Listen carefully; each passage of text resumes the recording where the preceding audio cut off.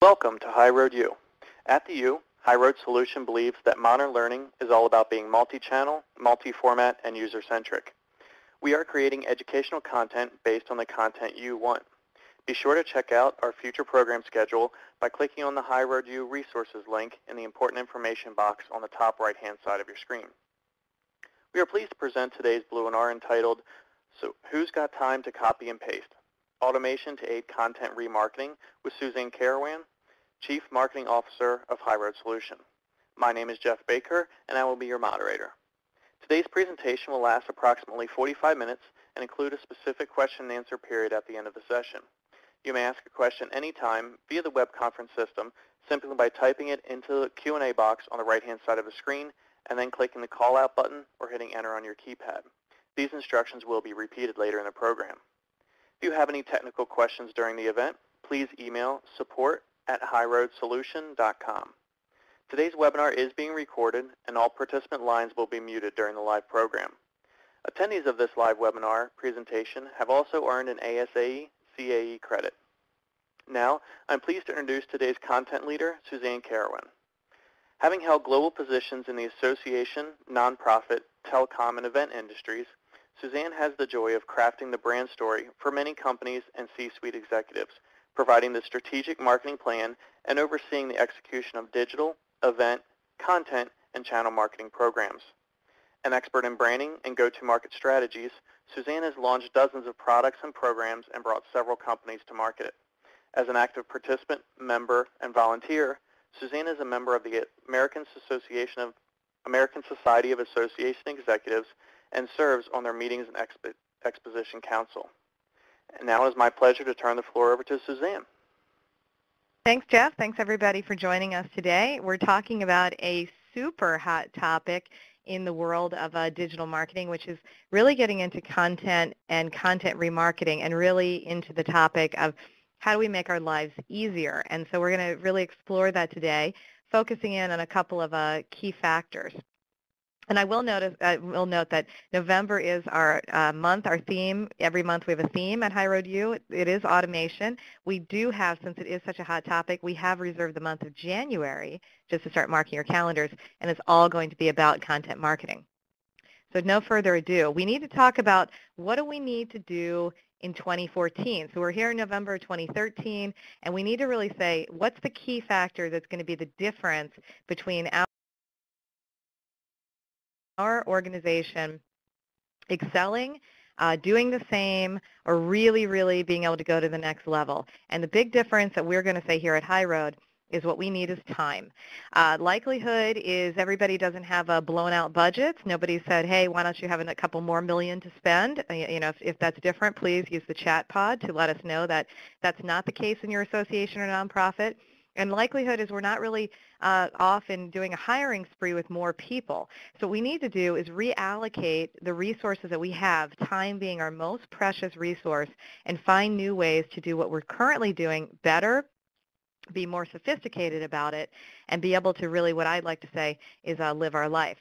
So here at HighRoad, we really look at a tripod, a three-prong approach for our principles of modern marketing, and that's how we explain this to our clients and how we work with everyone, and how we look at being able to weave together the variety of digital communications and non-digital that are there today so that we can really create integrated marketing communication programs that really pop. And so the real principles behind that, the tripod, if you will, is we talk a lot about being multi-channel, being multi-touch point, and being user-centric. We have other webinars and other materials around that talk about that, and we're coming out with a white paper to really get a good foundation for everyone on this tripod approach. But in order for us to get to the point where we're multi-channel, where we can really think clearly and have the time to say, how can a campaign run effectively over email, direct mail, voicemail, mobile messaging, Facebook, Pinterest, Twitter, et cetera, live event.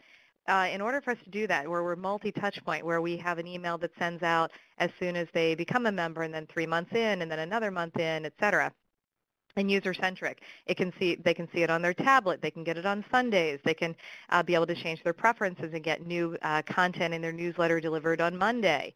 All of those things require for us to have the time to do that, to think through those programs requires us to have the creativity so that we can say, how do we recraft, or how do we craft a user experience that is absolutely exceptional?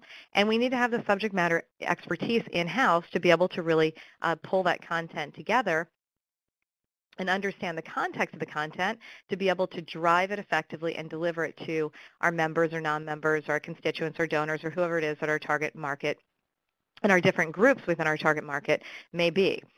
So I say that because what we want to think about as we move towards this is that this is modern marketing, and we want to remember we're looking for time.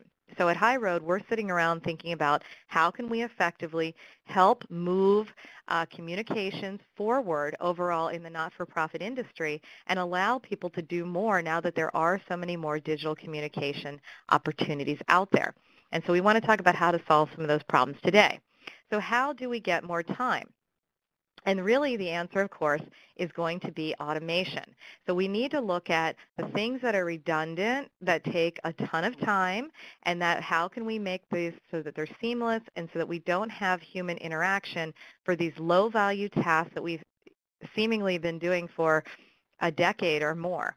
So we want to look at now how can we really, and the systems, by the way, the technology is there out there. The tools are out there. The systems are open enough where the data can flow to each other, to different systems. So technologically, the infrastructure is in place for us to do this.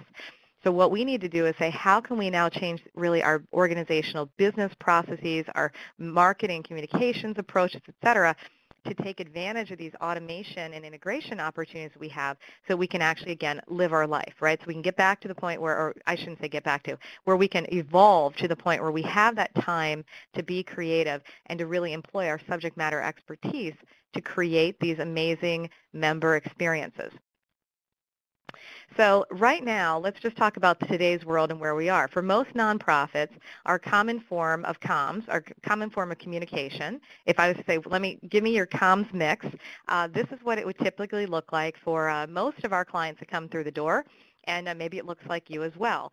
And so I'm being a little tongue-in-cheek here, but you can see that the common form that we're using of communication is email, largely because it continues to be the most cost-effective.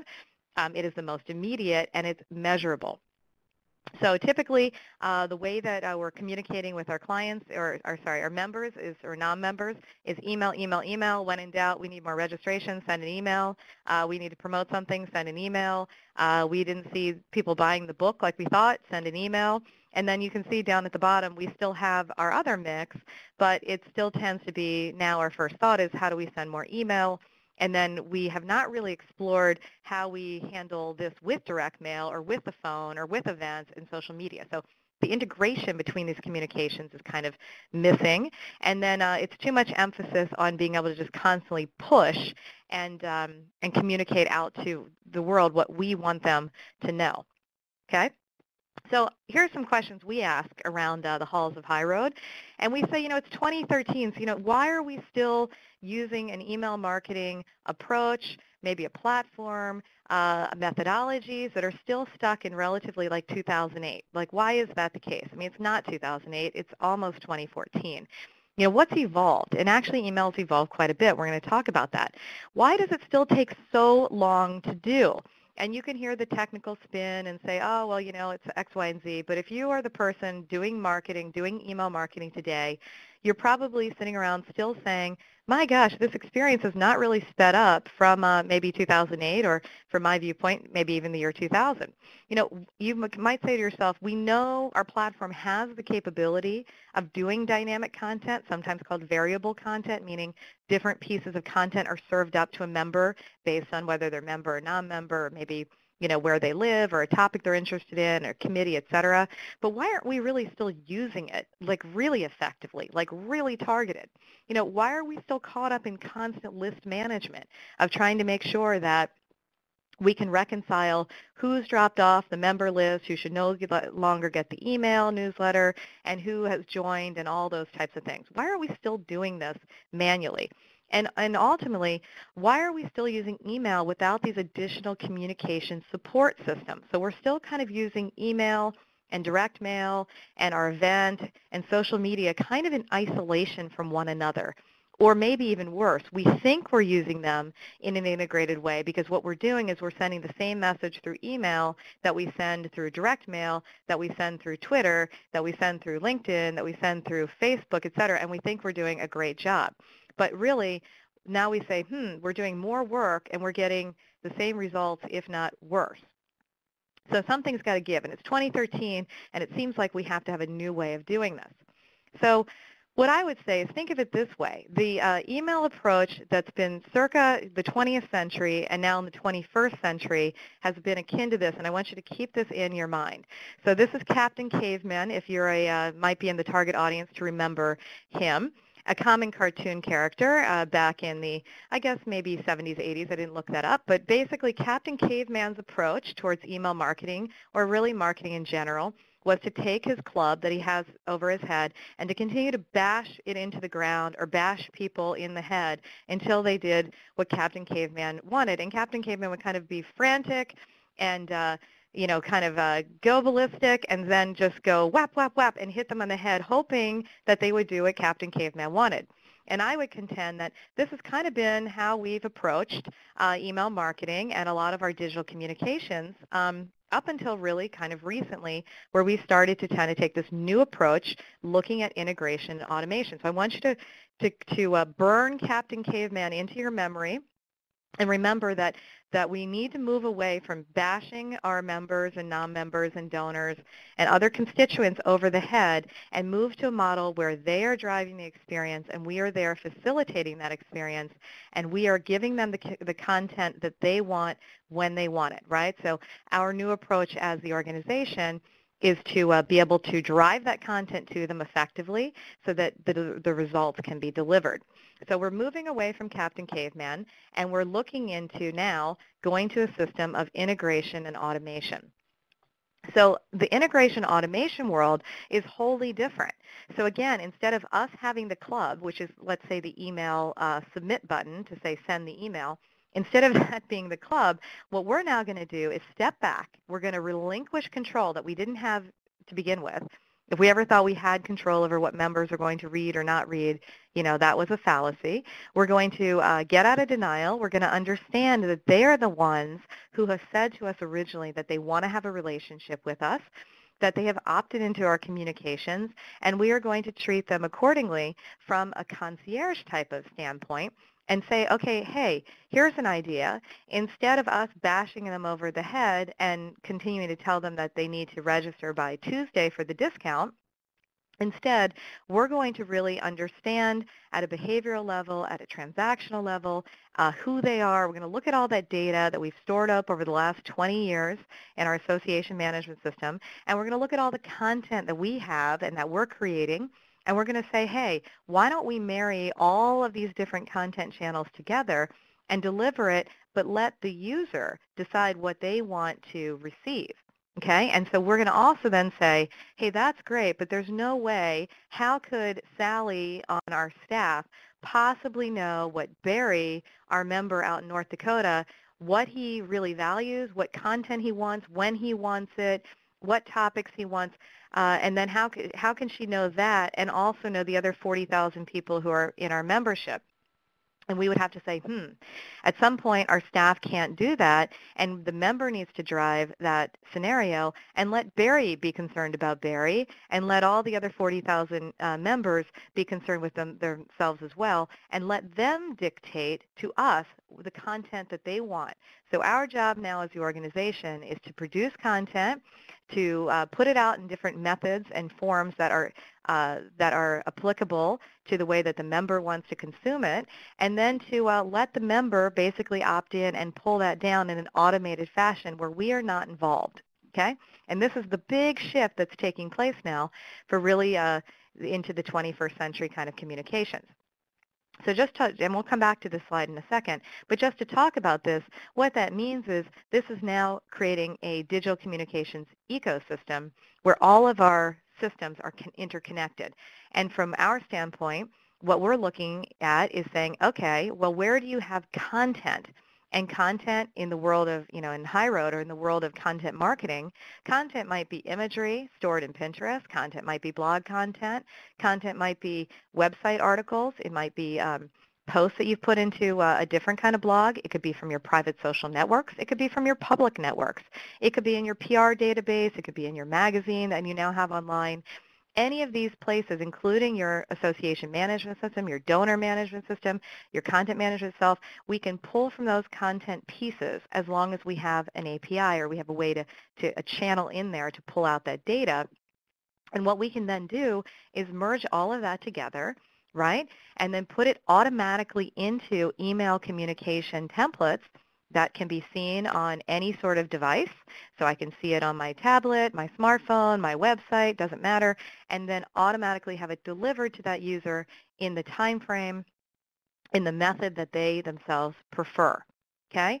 So in order to do that, that's a big shift towards integration and automation. But there's some really big points here. Number one, all of the content that we've been storing in our association management system for maybe the last 10 to 15 years that we've been tagging and we've been archiving, and then all the new stuff that we have on our social media channels, and then all the investment we have in our association management system or donor management system can now be compiled together and aggregated and then actually remarketed or repurposed back to the member in a way that they themselves specify.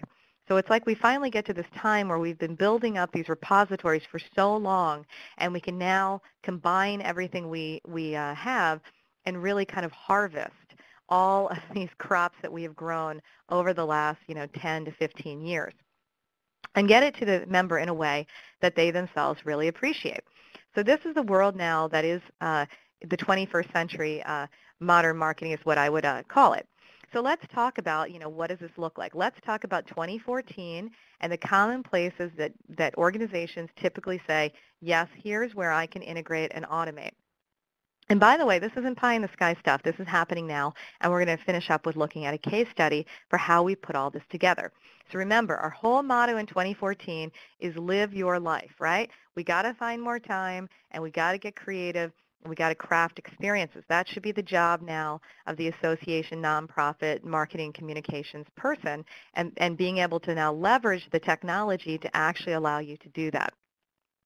Okay, so in the 20th century, list management was hot, okay? And I'm not to say that there's many, many, many organizations who still don't even have this piece, but I want to be able to really put it in context to say that this is nothing new or extraordinary, and hopefully every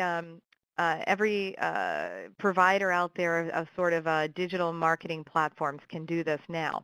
So 20th century was all about list management and how do I connect, let's say, my email marketing platform to my association management database so that I can sync the data between the two and be able to read information and populate my email marketing system so that I can do better communications. And this was like the hot topics back then. Like if I said 10 years ago, what was a hot topic?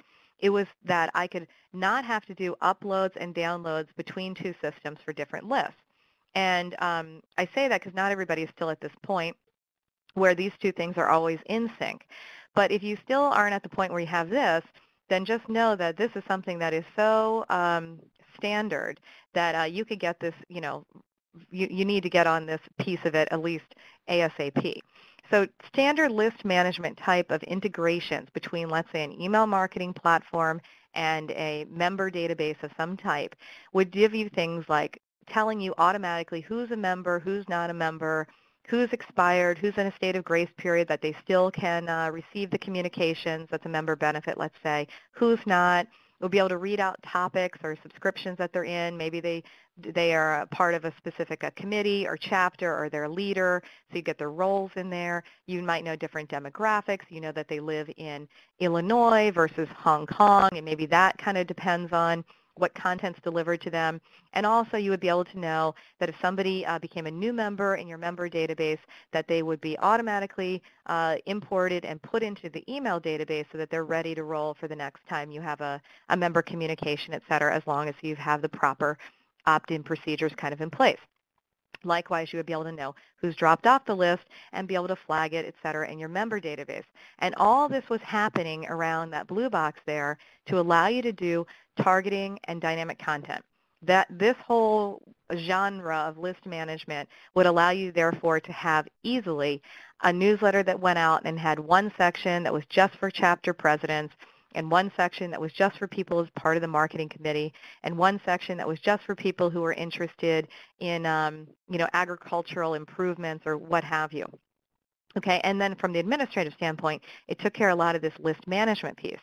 Now again, I really don't want to play the part that many people still don't have this in their organization. So again, highly recommend. This alone could save, oh my goodness, countless hours, probably 30 hours a month of list management type of time spent in being able to go back and forth between two systems. So this is, though, just the basis, I would say, on where integration and automation is today. So I just want you to walk away saying that this is so standard that, like we at HighRoad, this is just like it's a given that you're going to have this piece in place, that we would put this in place for you first, but then we're going to build on from there. Okay. Also, we were saying 20th century would be the opt-out integration piece. So not only just saying they opted out on the email and they unsubscribed, which is you need to do so with canned spam compliance and whatnot, but that information would not just be stored in the email marketing database, but would automatically go back and be flagged into the member database and also ostensibly be put into some sort of query analyzer or call center report so that when somebody's calling in to your association and needs help, one of your membership services reps would be able to automatically see that, hey, I see here you've unsubscribed to our newsletter. Are you aware you're not getting our communications by doing that? Do you want me to go ahead and resubscribe you so you're not missing out on a valuable member benefit? And again, these are things that even today get kind of left out. These are absolute must-haves in any sort of good member services experience kind of a program in today's world. But let's go on now and talk about, so that's standard, that's kind of old school, I mean, it's still done, it's still a great foundation, you got to have it. But let's get into what's new school, what's happening nowadays, and what are these organizations doing that are really having wholly different success rates in how they're doing digital communications. And so first and foremost, we want to look at preference centers. So preference centers are basically a page on your website that's going to be able to pull together all of the selections that a member or a non-member, or whomever you define as a user for that particular group, has to see. So in this case, this is Rotary International. We're looking at all the subscriptions that they might have for their newsletters. And so, again, that's nothing really new where they can opt in or opt out or subscribe or say, yeah, I want to pick up this additional newsletter. But what is new, what is totally 21st century, is the fact that you can see here, they're able to not only do that, but also pick up language preferences and be able to deliver that content multilingual. They're able to pick up sending time preferences. They're able to pick up time zone preferences. So you might say, well, I want to send out, what's convenient for my staff is to send everything at 2 p.m. Eastern time, but really I don't want them, that would be, let's say if I was sending it, that would be 8 p.m. in the UK. I don't want to do that. So what I want to do is set a setting to say, I want this delivered to everybody at 2 p.m. in their local time zone, right? So being able to have settings that automatically have the system take care of the localization of where people are, very 21st century, really ensuring that that experience that they receive is the one that's going to put you in the best light and really set you up for the highest probability of engagement. Also, having things like where we can pull out zip code location and be able to define content based on zip codes, so things that are applicable. So getting into what's called a social, local, mobile, or SOLO-MO, if you've ever heard that, being able to have a system that can enable you to do that and collect that data, which we already have. We've probably had their zip code for 20 years, if not longer, maybe 100 years, and being able to now actually utilize that and do something amazing with it. And also what's very 21st century is ensuring that whatever preference center I'm showing them is screen or what's called device independent, sometimes now called what's your second screen. Maybe not the laptop. Maybe it's the iPad. Maybe it's the Samsung Galaxy. It really doesn't matter because you want to make sure that what you're doing is in responsive design so that it can be independent. So if I want to update my preferences and say, you know what, my friend just told me, I just was at the annual meeting and I just heard that there's some amazing young leader newsletter that I'm not a part of and I want to get that, I can pull out my iPhone and be able to update it right there on the fly and not have a problem with it. Now that's 21st century. So being able to go to the next level in these preference centers. Also, we were talking about what's 21st century, ensuring you really understand and have responsive design templates. This is different than just mobile optimized. Responsive design literally means that when I change my screen, so if I'm going from a tablet to my iPhone, let's say to my website, that the content layout itself dynamically changes to optimize the space of what I have to work with for that particular screen size of that particular device. And it also has things to do with the usability of it, the size of buttons, things like that. But it will actually change that content to make sure that I'm going to maximize my probability of being able to engage effectively with that target audience who's using this, okay, for that particular user. So that's 21st century, and saying, is this going to really work for my member who's on the go? Now, if you only ever have members who sit at their desk from 9 to 5 and open your email, and they all live in New Jersey in one time zone and one zip code, then maybe this is not applicable to you.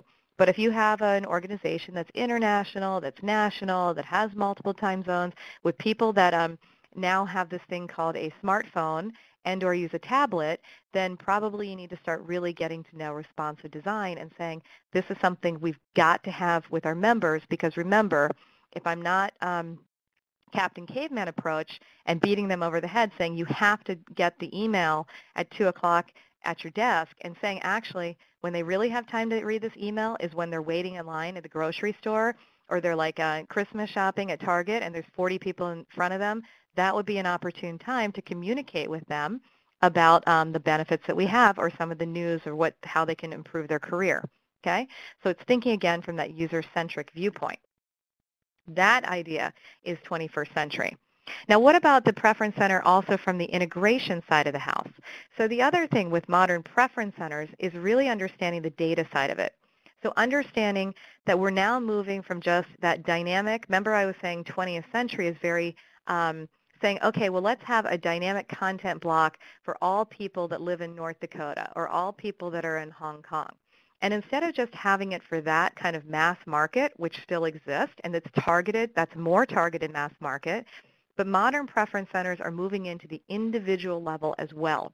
So being able to use specific data on one particular member's profile record, or non-member, doesn't have to be a member, but one particular user's profile records, maybe my guy Barry that we talked about before, and being able to do very targeted content based on what Barry selected and automating the delivery. Now that's modern, that's 21st century.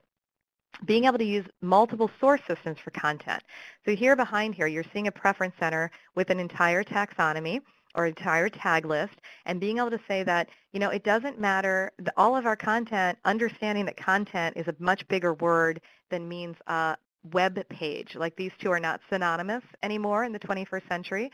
Understanding that content might come from my blog site, my Pinterest site, my Facebook site, my YouTube feed, my website, et cetera, et cetera. Understanding that I might have all of those sources for content, and the number one thing I don't want to do is cut and paste from each of those into my email marketing system anymore and do like a cut and paste newsletter, okay, old school. Can do it, but don't want to do it, right?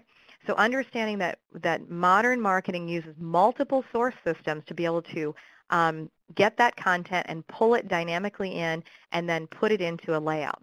Okay, so that's a big piece of being modern. Understanding that we can use and leverage now tagging systems. Now about, dating myself, about 15 years ago, I was an information architect, and I would work on these taxonomies and work on tagging and work in content management systems to explain this to organizations and associations and bring these concepts into the market. And it was tough work because it was so abstract, this idea that we're going to invest time to be able to associate a piece of content with a variety of roles or topics or demographics or characteristics of some sort so that we can dynamically pull together web pages at that time. So now it's gone to a whole different level because we're saying all those tagging systems that maybe we invested in or we thought about having or we somehow organize our content, we need to actually expand that to more than our content management system. We need to expand it again across maybe Facebook, across Twitter, across YouTube, across our SlideShare account, whatever it might be, And if we do that, we can actually leverage that content and be able to dynamically pull that in to, let's say, our new newsletter and push that out automatically as well. So being able to really leverage tagging systems. And the reason, again, that tagging systems are so powerful is because they're bidirectional. You, the organization, has tagged content, I'm sure, as well as now the end user, they can actually opt in to different types of tags that you've used. Usually you see that in the forms of topics. We have a great example of that in just a second.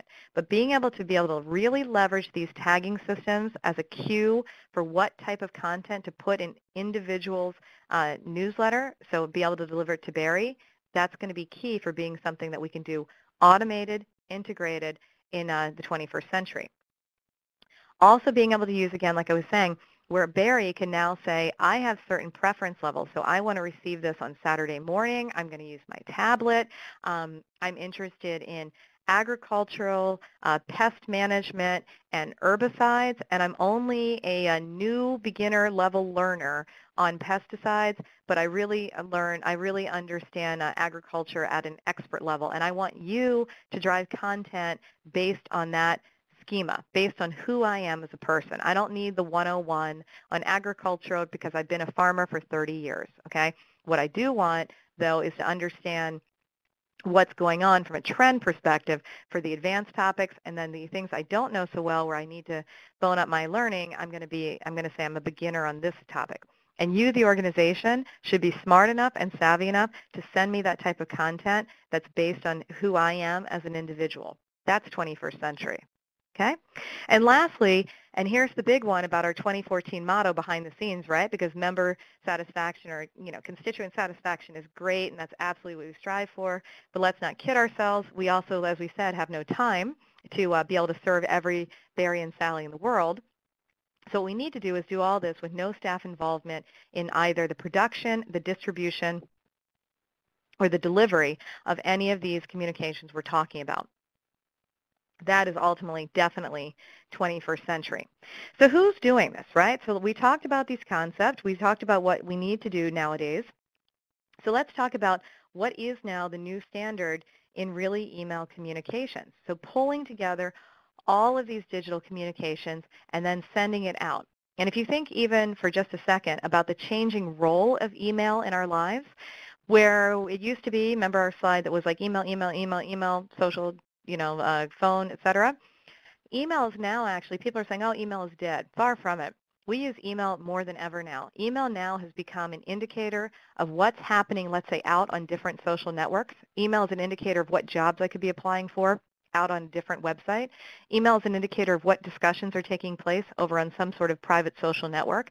And why is that happening? Because who has time to go and log into every one of those sites every day and be able to really understanding what's happening at an in-depth level? Now, if that's your thing, if you're one of that 10 to 20% that does that, great. But for maybe the rest of the mass market, they don't have that much time to invest. They still want to be involved, but they need something to come to them to pique their interest and say, hey, look, here's like what's hot today as discussion points, on Collaborate, or here's what's hot today that's going on that you might want to find out that this is a job that fits you, that type of an idea. So actually, if you think about it from a comprehensive standpoint, we're sending more email than ever. And it's okay as long as it is what people understand the purpose of the email. They understand it's to update me as to what's happening, let's say on Collaborate, or they understand that it's happening to say, what's happening in LinkedIn groups, et cetera.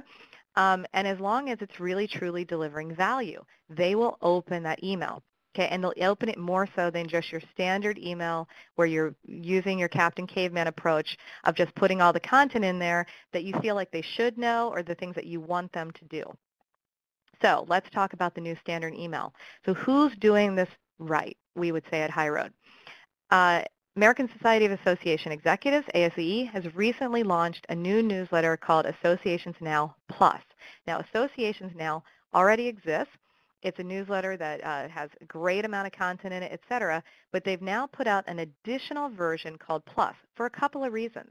Number one, they want to consolidate more than 10 other newsletters into one.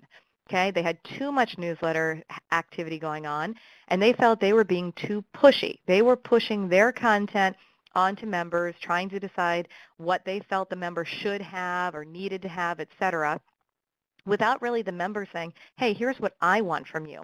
And they were finding a declining open rate, et cetera, and users being confused and the whole all of that. So what they said is, hey, why don't we rethink the whole strategy? And why don't we actually put a lot of intelligence into our communications? But you know what? We also are serving a very large constituency. They weren't hiring a new team to put this together. So they said, hey, HighRoad, can you work with us to find a way to automate the entire process? And so here's what we came up with. So Associations Now is actually the first probably newsletter of its kind that's completely 100% hands-free from the standpoint of ASAE. It's completely dynamically compiled and is completely dynamically put together based on the individual preferences of their specific members. So let's just kind of walk through that and talk about how it's put together. So you'll notice, number one, it looks nice. It's an up-to-date, modern approach to design of your email. And some people, I'll just notice this because you notice this doesn't look like the ASE website. And I know that we've had a long-standing thought about brand and visual identity, saying that your newsletter has to absolutely match your website masthead, and that these things, and it can only have one newsletter and they all have to perfectly match. That is really not the case anymore. So if you think that, and you think I can only update my website every 3 years, but my newsletter is the thing that's the touch point that people are getting all the time, we highly recommend think about updating the look and feel of your newsletter. You can still keep brand continuity. You can still have a visual identity that is in the same genre as your overall association or nonprofit brand, but that you can modernize at least your email communications, which can roll out a lot faster than overhauling a whole website. So just something to keep in mind. And you know that that's true because ASE has done it, and they've done a very nice job of this, and it's nice and modern and fresh looking, et cetera. So what they do in their newsletter is they dynamically, again, deliver all of this content based, again, on our users' preferences. And that's not just the content articles that we just saw. It's also education courses. It's also publications that they might have. And then there's also a section where they can, if they want, be able to input things that they know that that all the, let's say, all the subscribers need to receive. And they're able to do this because they're leveraging a couple of key systems within the organization. One is their association management system, one is their content management system, and then they have a second content management system that they also pull from. Okay, and they could always expand. So in the future, maybe they want to be able to expand and pull in their job board that's offered from Boxwood. Maybe they want to put that in together. And they can be able to do these things because HighRoad's given them a platform to allow them to combine this information easily and, again, to push it out without having any interaction. So they're able to do this because on their preference page, on your actual member profile, and by the way, if you're an ASE member and you haven't logged in lately to take advantage of this, again, we highly encourage you to do this because there's all sorts of new opportunities here to really get that customized content. So what they do is they use their big taxonomy scheme, also known as tagging, also known as your tagging structure. And within that, they have an umpteen numbers of topics that ASE covers. And you'll notice that if you expand these items, these are topics, you can see that they have subtopics, et cetera. And within here, the user, him or herself, can actually specify, like I was telling you about my farmer example, whether they're a beginner level, they're an intermediate level, or they're an advanced level for that particular topic. And this kind of tagging opportunity not only leverages what ASAE has done and invested in their taxonomy for tagging their content so that it's delivered automatically on their web pages the way that they want it, which, remember, I was telling you, has been out there and done for a long time. They're going to the 21st century level by then taking that and enabling it to be delivered dynamically to that individual user by using this as a voting system. So what's interesting with that is that within their content management system, all of these items are tagged, so those articles and the jobs and the publications and all of these other kind of content assets are tagged, and we're able to then pull on that tag and combine it together. And what's interesting with that is that now I have a situation where both Barry and Sally can get the ideal newsletter that they want, that they have dictated how the content and the periodicity of how they want to engage with ASAE. So for example, maybe this is Barry. So Barry is member 1. When Barry did his taxonomy rating on his own preference center, he has actually said that he wants meetings and events, and he has the most tags that he's marked off in his taxonomy about meetings, and then he's also said that he's an expert in it. So when Barry gets his newsletter, because he noted that he has more interest in meetings than any other of the categories and that he's an expert, the order of the content that he receives in that newsletter is going to be completely dictated by his choices he made in that taxonomy. So he might be interested in meetings, events, and also marketing, but he checked off 4 or 5 topics in meeting and events and only 2 topics in marketing. So the whole meetings and events section is going to show up first for him, followed by marketing. Similarly, he said he's an expert so on certain topics. So those expert topics are going to come up first. So that taxonomy is actually dictating his sort order of what he sees.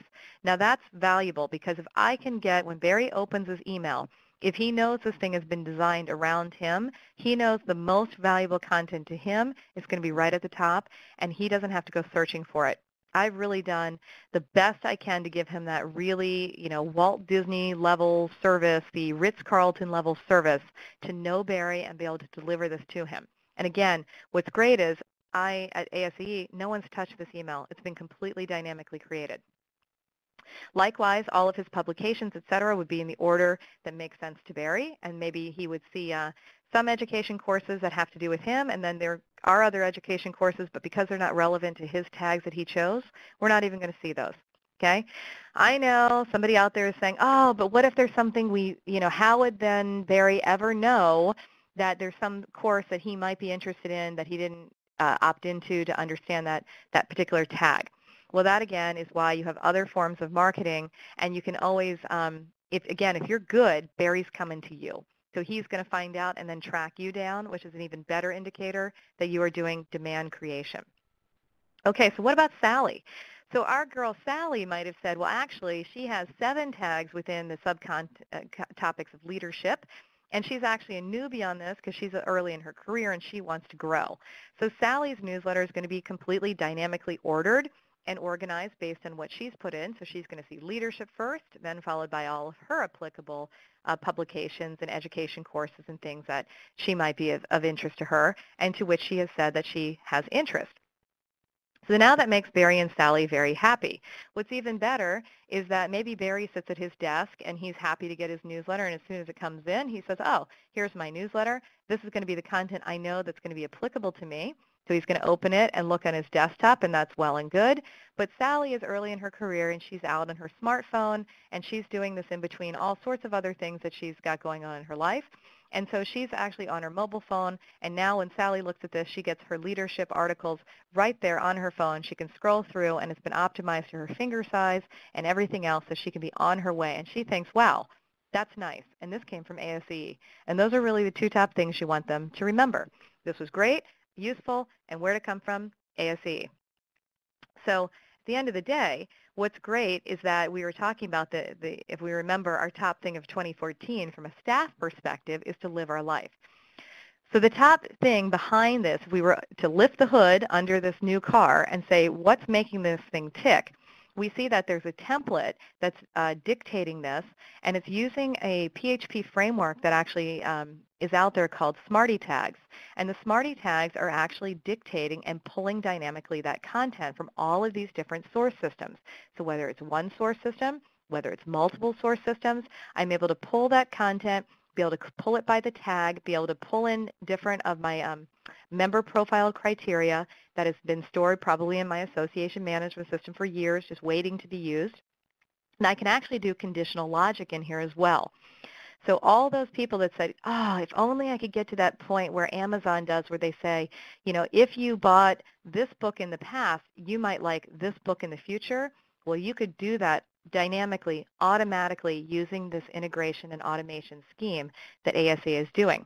And this is something now that can knock your socks off, because now you're really helping to market and remarket content that's already stored in multiple source systems using data that you already have stored in your association management system, because you know what the people have purchased before. So you might say, hey, look, I can see in your system you've gone to 5 of our annual meetings, and so, therefore I'm going to serve you up an article about now becoming a being a mentor at the next meeting, because I've written the business rule to say send this particular article in the newsletter to those people who've shown that they have 5 annual meeting registrations, and therefore it's going to show up dynamically into their particular newsletter.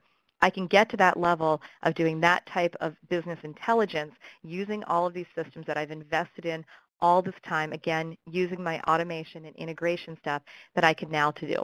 And what's great about this is this particular template, ASAE can come in themselves if they want, and they can change the Smarty tags, and they can change the conditional logic, and they can change the formatting, okay?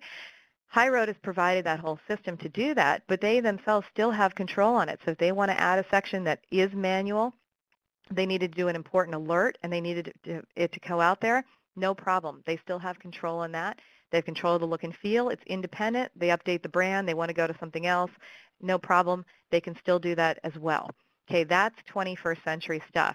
What's even better about all this is you get that thing kicking, and what happens is you're seeing open rates that are blowing people away. So maybe a common open rate now in most association newsletters would be 12 or 13%. People are seeing now open rates that are skyrocketing 40% plus. Why? The users know it's coming. They know it's valuable. They know it's valuable because they themselves told the organization what they want. And so now they can start to have reliance on that to say, hey, I know that a little bit that I'm in partnership with my organization that I'm paying membership benefit, dues into.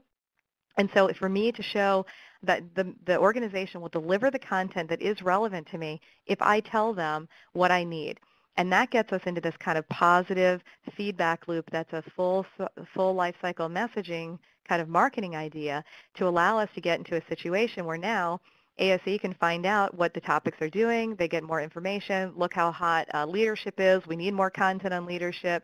Let's make more content. Let's pull out stuff that we had 10 years ago and repurpose it or remarket it or update it, et cetera. And now we're in a cycle of dynamic response and respond. And we can continue to feed our members. The members can feed us. And now we're working really together in a multi-touch point, multi-channel, user-centric type of way. So that, again, I want you to remember that this was you in the 20th century. Here you are, Captain Caveman, just to drive that point home. Remember batting people over the head, saying register, basically, eat my content, eat my content, eat my content, open my email, and people have, again, don't respond to the stick for only so long. And instead, with all this integration automation, you can now move to yourself where you can live your life in 2014. And so maybe you have more time now to be creative and brainstorm and focus on your own speaking career, get back in shape that you want to be in shape, learn a new language, whatever it might be. But you can open up that time so you have more things to do with yourself to really help move that organization forward and be able to really get on the forefront of these communications. And again, like I said, this is not pie in the sky stuff. People are doing this now, and this is really this is now standard 21st century marketing that you can take advantage of. So really in summary, 21st century, I want you to walk away with understanding you're no longer Captain Caveman. You're in the multi-channel, multi-touch point, user-centric mindset. And in order to do that, you need time. And the way we're going to find that time nowadays is by going through your digital or your communications, I should say, as a whole, and looking at how can we integrate and how can we automate those systems. So whether it's digital or non-digital types of communications, how can we look for entire workflows so we can do that to free you up with time. And ultimately, you want to result in what ASAE is seeing is an automated way of actually vastly improving their member centricity by providing communications that are wanted, needed, and well-loved. So I'm happy to take any questions. Great. Thank you, Suzanne. It is now time for the Q&A segment of our training today. Your participation is key to the success of the program, so please do not be afraid to ask any questions. Again, you can ask a question via the web conference system by typing it into the Q&A box on the right-hand side of the screen and then clicking the call-out button or hitting enter on your keyboard. And as those are coming in, just a quick reminder that HighRoad Solution is an ASAE, CAE approved provider for educational content. With your participation in this live presentation today, you have earned your CAE credit. To be accounted for this, please enter your first and last name into the Q&A box to ensure that we can account for your participation.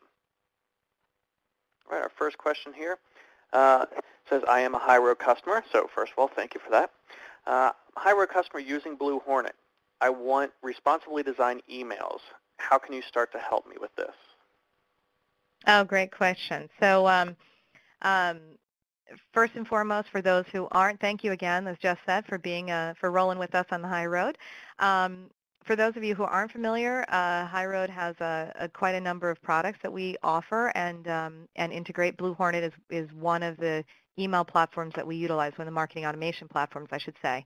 And so within Blue Hornet, there actually are responsive templates that are in there as a template gallery that are there, just built in as part of, it just comes with the product.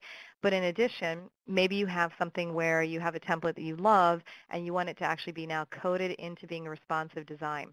So responsive design is more than just, again, the graphic layout. It's actually coding it so that it can respond to whatever, again, device or screen size it has available. The best way to do that is really to reach out to HighRoad. You can go ahead and just drop an email to support. You can call us directly, and we can actually talk to you about going through a process of either designing from scratch responsive templates or just overhauling what you currently have and pushing them into being responsive. And those are the best two ways, I think, to do it. We're always here. We do have, I will also note, as part of our partnership with ASAE, we do a lunch learning series, a webinar series every other month. We've done that throughout 2013. And round about, I want to say June, we did one, maybe it was a little earlier, but we did one anyway. You can find on ASAE's website on responsive design and what it entails. And to get, if you want to get some more background info on what this is and what it's about and what's the difference, I would also highly encourage you to revisit that website and webinar. And we can, why don't we send that out as well after this this call, so everybody has it if you'd like to take a look. But if you want us to get started on a project right away, just give us a call. We're happy. We're always here to help. Okay, great. Next question. You discussed sending out emails on non-traditional days and non-traditional times. I would like to experiment with reaching out to our members on days where there is less competition for their attention, but I'm hitting a wall with my manager, who is worried about upsetting maybe one or two of our members. What is your expert advice to persuade my manager? This is I might have to charge by the minute on this one. No, just kidding. Because what we find so much at HighRoad is that what the blocking points, like I was saying, we've got the technology, we have the integration know-how, and we're the powerhouse at being able to put all these things together.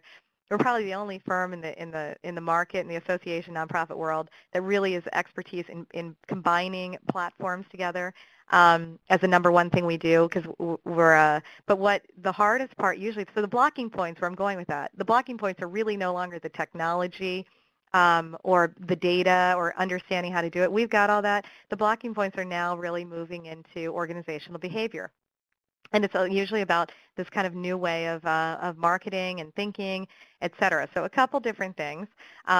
One, I would absolutely encourage them to come to the ASE Tech. I didn't even mean to plug this, but ASE Technology Show this year has a new kind of feature where if the CIO comes or the CTO comes, they can bring another C-level executive. They're hoping for the CEO. They can come as well for free, because one of the things that ASE is trying to do, and the association industry as a whole is trying to do, is get everyone to understand that these things that we're talking about, multi-channel, multi-touchpoint, user-centric, this isn't just about technology. This is about changing the organization's behavior and their understanding and their operations to be around from a mindset of user centricity. So I didn't make these things up. These things have been practiced by the corporate market for the last 5 to 8 years, I would say. So if you can say, okay, well, we're having a hard time with this, I don't understand, they're blocking it, you can say things like, well, let's go ahead and look at case studies of things, and 9 times out of 10, it's because they're basing it on their own personal behavior, which, again, if you're a marketer, you can say, typically, you're not the target market, because they're the staff member, even if they're one of the senior managers, unless they absolutely represent the target market, and you probably have different pockets within your target market, but typically, they're not the target market.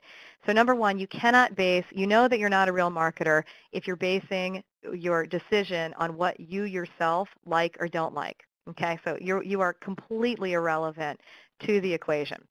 So the second piece of it is understanding that taking something that they do understand nowadays, that they do use, and say a brand that they use, and saying, let's see how they do it. That's one of my recommendations. So like maybe they've ever gone to a place called Starbucks, or they've ever ordered a pair of shoes from Zappos, or they've ever gone to Walt Disney World.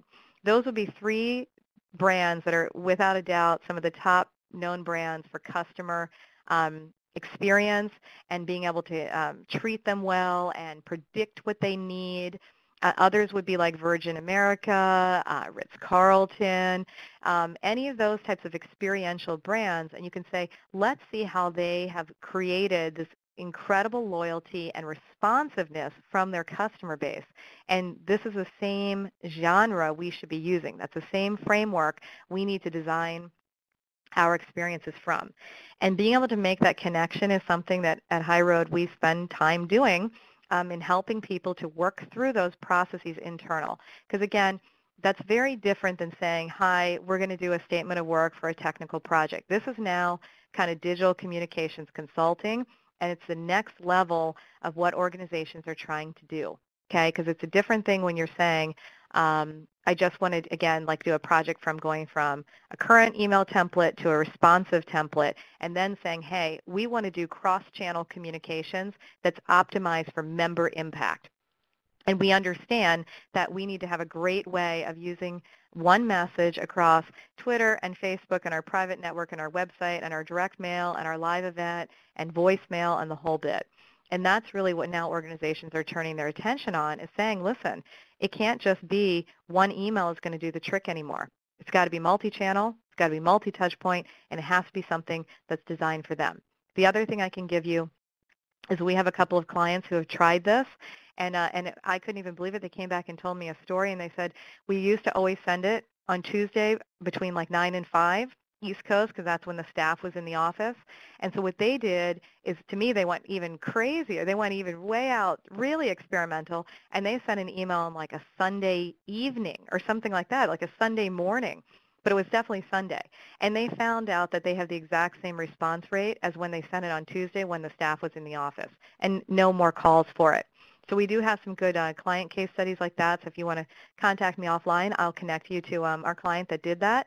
And I don't have permission per se to say who they are, but I'm sure that they'd be happy to talk to you about that and how they went about it. Because always being able to showcase, you know, here's what another one of our clients did is a great thing. And I will say at HighRoad, we do have a phenomenal client base who they understand these things. They're practicing this multi-channel, multi-touch point user centricity.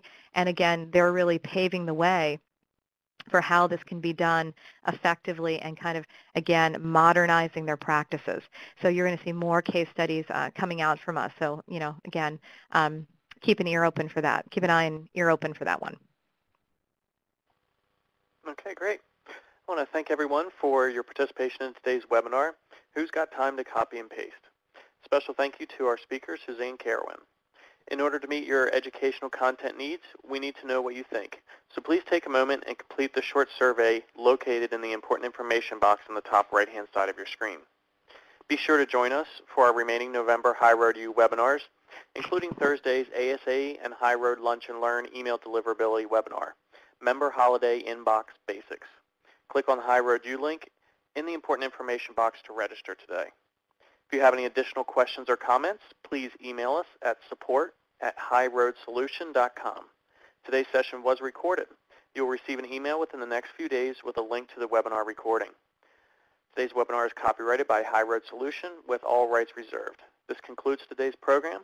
Thank you, and you may now disconnect.